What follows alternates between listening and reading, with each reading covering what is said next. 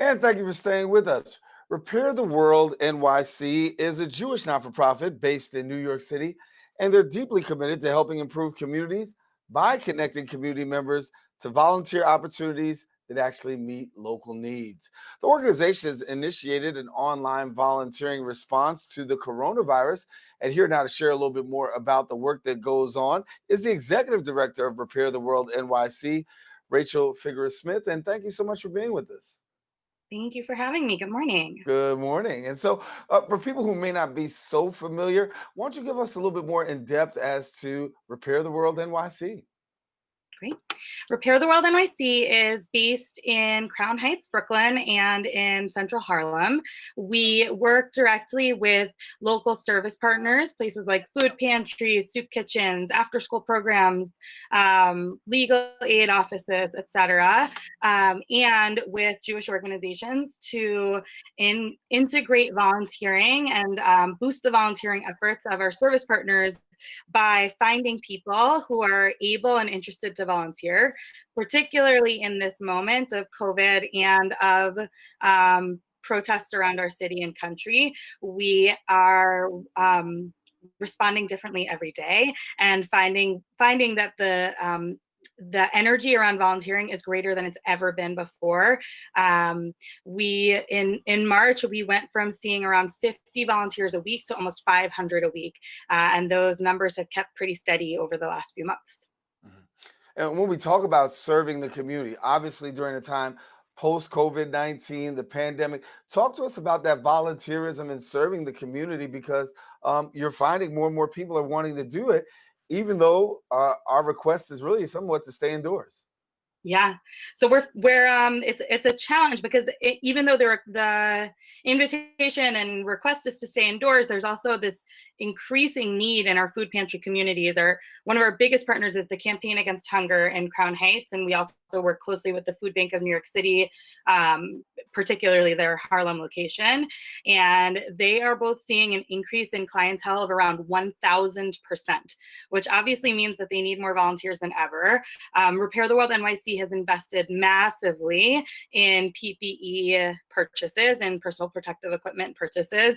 So we're able to make sure that all of our volunteers have disposable masks, or if they're in even riskier situations, we're equipping them with KN95 masks and using all sorts of sanitation processes so that people are staying safe and separated. And we have a lot of smaller shift opportunities so that people aren't going out for a long day and eating where they're volunteering. They're going out for 2 or 3 hours at a time to serve where they're needed most and then go on their way, and more people can come in and volunteer.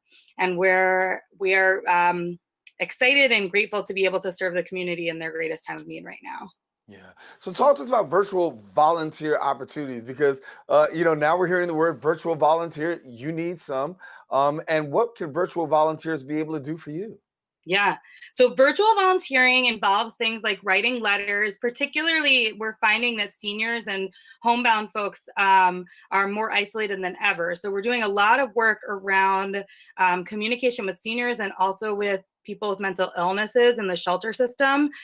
Repair the World nationally and in New York City is launching in 2 days. We're launching a program called Serve the Moment, which is mobilizing hundreds of young adults to serve full time, and to take part in what we're calling episodic volunteering, which are one-time volunteer opportunities in their communities. And a lot of that will involve virtual volunteering opportunities. So people would be doing things like writing letters and becoming pen pals with seniors. We're finding folks who have second language skills that they haven't been able to utilize in a long time. We're finding people who have suddenly in New York City, especially 2 extra hours of their day because they're not commuting, and they're able to fill that time by making phone calls to people who really need it, or make artwork, or do fundraising, or make calls to the mayor's office.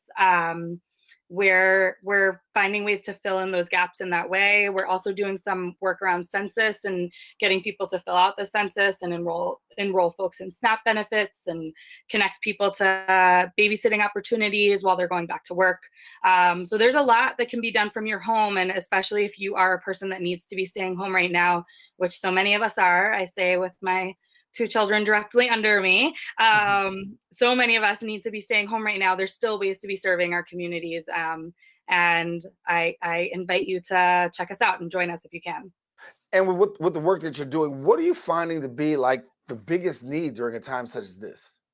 The biggest needs I think are really around food access. That seems to be where even some of our organizations that typically do criminal justice reform work are suddenly just doing food distribution because people need to eat more than anything else. And loneliness and meeting needs around loneliness and socialization. Those seem to be the two needs rising to the top the most. Mm. And so, if people want to get connected, what exactly do they do to stay connected to you? And if they wanted to be a volunteer? Yeah. So you can check us out on Facebook is probably the easiest way to find us. We're at Repair the World Brooklyn or Repair the World Harlem. You can look at either of those pages. Or you can look at our website, which is werepair.org. We repair, all one word, .org/Brooklyn or werepair.org/Harlem. Or you can, and you'll see on there my email address and a lot of my colleagues' email addresses, and you're welcome to get in touch. And we're happy to find ways to curate, which is just really finding individual opportunities for you that are the best fit. And I know you have a great amount of partners that you're working with. Why don't you let us know a few of the partners that you're working with during this time? Great. We're working with in Harlem. Some of our main partners are Mandala Cafe. We're working with the Community Kitchen and Pantry. We work a whole lot with New York Cares across the city. We're working with the Campaign Against Hunger, the Brownsville Community Justice Center, Seeds in the Middle. We're working with the JCH of Bensonhurst, Jewish Community House of Bensonhurst, the Kingsway Y, St. John's Bread and Life. And actually, we've also transformed our own office space in Crown Heights into a distribution center. So for the first time in years, or the first time in our existence in Brooklyn, we're doing direct service ourselves. And we're happy to plug people in there. And we have a lot of flexibility in that space as well. Yeah. And so, when we talk about the needs, obviously a lot of needs are present during COVID-19, post COVID-19. We're in the phase where we're reopening, right? And as we get to reopening, what are you finding are the biggest needs among some of your clients?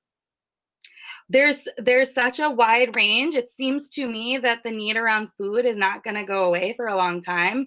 Even as people get back to work, we're seeing a lot of families going back to work where two parents or two adults in the household were not working and suddenly one is able to go back to work, which is great. But they're still going from what's been a two-income household to a one-income household, and that puts a huge strain around food access.